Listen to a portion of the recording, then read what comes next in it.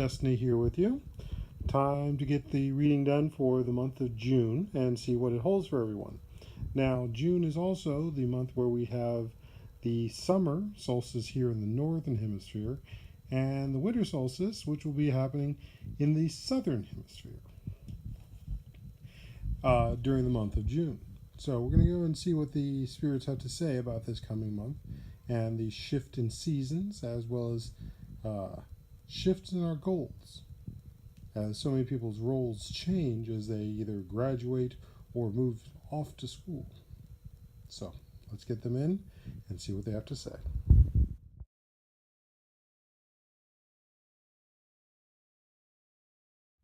All right, we have thrown the bones, and we've got quite a clustering. So there's a lot of things. They're all centrally located. I mean, essentially, we've got home, work, and family all together here, as well as on top of the shell. And we've got the quartz pieces and the copper pieces all there. And it is mightily clustered together.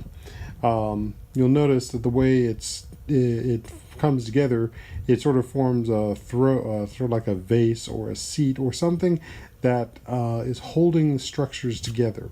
And with the fact that where they're all positioned, there's going to be a lot of things heavily interlocked between the home,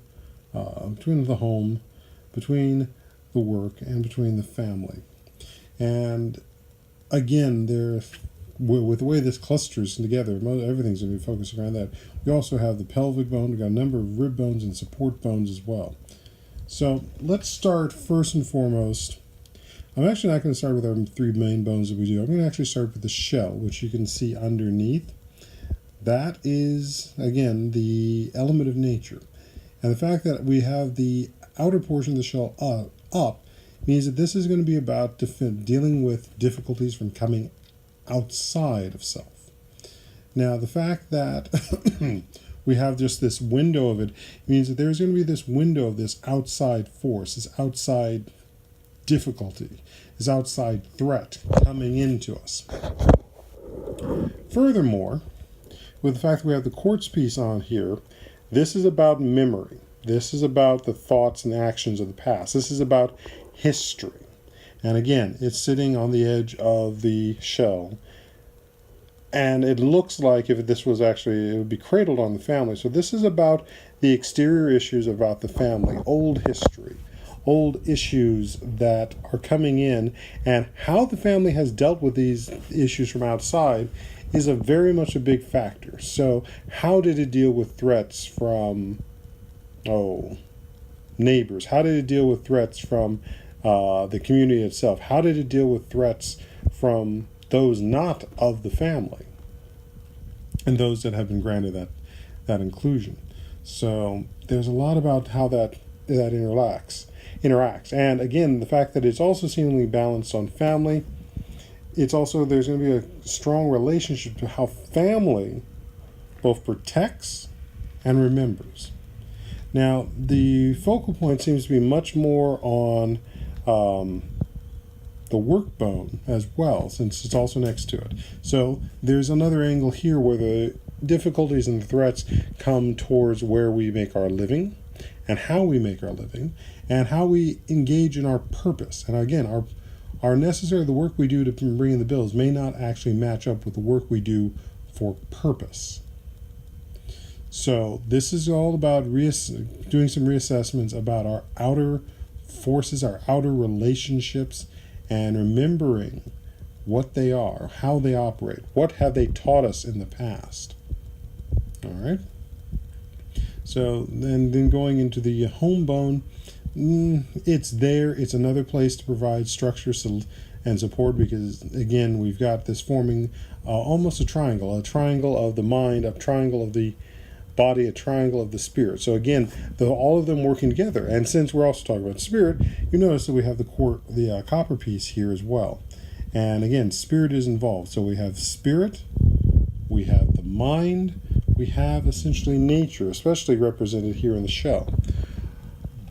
So, that being said, a lot of this is going to be more about what the energy is going to be pulled in. And with the fact that you have such a grouping like this, it's much more about the energy that is pulled in, inwardly. So, the inner spirit, the energy around your home. Not so much about what's going on in the energy around you in the society world. But again, what happens in the microcosm also affects the macrocosm.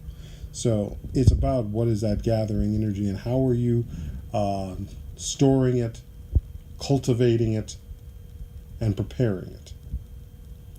So there's that. So let's move on to some of the outer bones. And we've got a variety here. A lot of them, well, pretty much all of them, are support bones. And what I will say is we do not have the broken rib bone on here, the pointed one, so I don't see it being a matter of strife. I see it much more being a matter of because we have the other piece, the other end of it broken, which here is not about the point. It's not shaped like a blade. This is much more, kind of reminds me of a cane. So this is more about the support in time, much like how you have somebody who has been is infirmed or is elderly may need a cane to walk. So there is a sense of the beginning, the sense of the knowledge and such that is going to be about our elders. Now, keep in mind, our elder does not necessarily determine just by age. It is determined by action and reaction and proaction. Someone who has lived to be in their 67, yes, has a certain degree of wisdom, but they can also have a certain amount of injury they still carry with them. And if that injury hasn't been healed, they transmit it on to those around them.